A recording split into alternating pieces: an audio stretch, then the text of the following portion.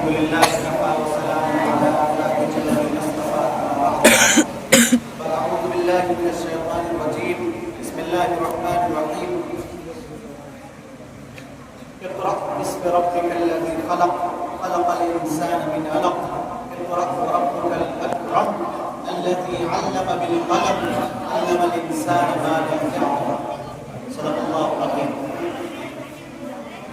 میرے محترم بزرگوں اور دوستوں، اللہ تبارک و تعالیٰ نے ہم سب کو یہ موقع عنایت فرمایا ہے کہ ہم دین کی نسبت سے، رمضان مبارک کی نسبت سے، تراویح کی نسبت سے اللہ کے گھر میں ہم بیٹھے ہیں۔ اللہ تبارک و تعالیٰ نے ہمیں سعادت اور توفیق بخشی ہے کہ ہم آج کی رات میں یہاں جمع ہیں۔ یقیناً اللہ کی توفیق دیتا ہے تو آدمی کچھ کرتا ہے۔ اللہ نے قرآن کریم میں کہہ دیا وَمَا تَشَاءُونَ إِلَّا أَن يَشَاءَ اللَّهُ رَبُّ الْعَالَمِينَ، کہ اللہ کی مشیت کے بغیر کوئی آدمی کچھ نہیں کر سکتا۔ جب تک اللہ کی مشیت نہیں ہوتی، جب تک اللہ توفیق نہ دے، تب تک کچھ نہیں کر سکتا۔ وَمَا تَوْفِيقِ إِلَّا بِاللَّهِ، کہ توفیق نہیں ملے گی تو کچھ نہیں کر سکتا، مگر توفیق اللہ دے دے تو کچھ کر لو۔ اگر ہم سے کوئی دین کا کام ہو رہا ہے تو یہ اللہ ہی کی توفیق ہے۔ اگر ہم نمازیں پڑھ رہے ہیں تو یہ اللہ ہی کی توفیق ہے۔ اگر ہم سے اللہ روزہ رکھوا رہا ہے تو یہ اللہ ہی کی توفیق ہے۔ بڑے بد نصیب ہوں گے وہ لوگ بھی جو رمضان مبارک کے مہینے میں بھی روزہ نہیں رکھے ہوں گے، تراویح نہیں پڑھی ہوں گی، جھوٹ اب بھی نہ چھوڑا ہوگا، رشوت اب بھی نہ چھوڑے ہوں گے، لیکن بہت سے بندے اور بہت سے نوجوان ایسے ہوں گے کہ اس رمضان مبارک کے مہینے کے آتے ہوئے ہی پہلی اس نے پکی سچی توبہ کر لی اور اپنے گناہوں سے توبہ طائب ہوا اور اللہ سے کہا کہ اللہ میں نے جتنے بھی گناہ کیے، یا اللہ رمضان مبارک کے مہینے آ چکے ہیں، یا اللہ اس کے طفیل، اس کے فضل سے ہم سب کے گناہوں کو معاف فرما۔ چنانچہ جو لوگ اس کے مطابق اپنی زندگی کو گزاریں گے تو رمضان مبارک کے مہینے کے بعد بھی ان کی زندگیوں میں وہ نیکیاں، وہ بھلائیاں، وہ خیر، وہ ساری چیزیں موجود ہوں گی۔ لیکن اگر اس رمضان مبارک کے مہینے میں بھی اپنی صلاحیت انہی گناہوں میں لگایا، اپنی تمام طاقتیں انہی گناہوں میں لگایا تو پھر اس کو کوئی فائدہ نہیں دے گا۔ حالانکہ اللہ نے قرآن کریم میں کہا یا ایھا الذین آمنوا کتب علیکم الصیام کما کتب علی الذین من قبلکم لعلکم تتقون، کہ ایمان والو تم پر روزے فرض کیے گئے ہیں جیسا کہ اس سے پہلے تمہاری جو امتیں تھیں ان پر فرض کیا گیا تھا، لعلکم تتقون، تاکہ تم متقی بن جاؤ۔ یعنی اس سے یہ بتا دیا کہ یہ روزہ صرف تم نے نہیں رکھا، یہ رمضان کا مہینہ جو تھا یہ ہمیں عنایت کیا گیا ہے، لیکن روزہ ہر ایک امت نے رکھی ہے۔ چنانچہ حضرت آدم علیہ السلام کے بارے میں آتا ہے کہ جب حضرت آدم علیہ السلام کو اس دنیا میں اتارا گیا، جب ان سے کہا گیا کہ اس درخت کے قریب نہ جائیے گا، لا تقربا هذه الشجرہ، لیکن وہ اس درخت کے قریب چلے گئے اور اس درخت سے اس چیزوں کو کھا لیا جس سے منع کیا گیا تھا، تو اس کے بدلے اس کی سزا کے طور پر دنیا میں بھیج دیا گیا۔ سراندیپ ایک جگہ ہے انڈیا میں ہی، وہاں پر حضرت آدم علیہ السلام کو اتارا گیا تو اللہ تبارک و تعالیٰ کی چونکہ خلاف ورزی کی تھی تو بڑا شرمندہ تھا، اور دوسری ایک کہ بیوی موجود نہیں تھی حضرت حوا علیہ السلام، ان کو تلاش کرتے کرتے میدان عرفات کے بغل میں ایک جبل نور، ایک پہاڑ ہے، وہاں پر جا کر کے دونوں ملے اور بڑا توبہ طائب کیے اور اللہ سے کہا ربنا ظلمنا انفسنا ان لم تغفر لنا وترحمنا لنکونن من الخاسرین، کہ ہمارے رب ہم نے اپنے اوپر بڑا ظلم کیا ہے، ہم نے بڑی خلاف ورزی کی ہے، یا اللہ ہم پر رحم کا کرم کا معاملہ فرما، اگر آپ ہم پر رحم نہ کریں گے تو ہم تو خسارے میں ہو جائیں گے۔ تو اللہ تبارک و تعالیٰ نے حضرت آدم علیہ السلام کی توبہ قبول فرمائی اور اللہ رب العزت نے وہ ساری چیزیں انہیں عطا کر دیا۔ حدیث کی کتابوں میں لکھا ہے کہ حضرت آدم علیہ السلام نے جب اپنی صورت پانی میں یا شیشے میں دیکھا تو دیکھا کہ ہماری صورتیں بالکل بدلی ہوئی ہیں، جنت میں جیسی صورت تھی ویسی اس دنیا میں نہیں ہے، تو بڑا گھبرایا کہ میرے جیسا رونق، میرے چہرے میں جو چمک اور دمک تھی وہ ضائع ہو گئی، وہ غائب ہو گئی، وہ زائل ہو گئی۔ تو اللہ سے کہا کہ اللہ وہ ساری چیزیں ہمیں لوٹا دے، تو اللہ نے کہا کہ آدم تو ایام 20 کے روزے رکھو۔ کس کے؟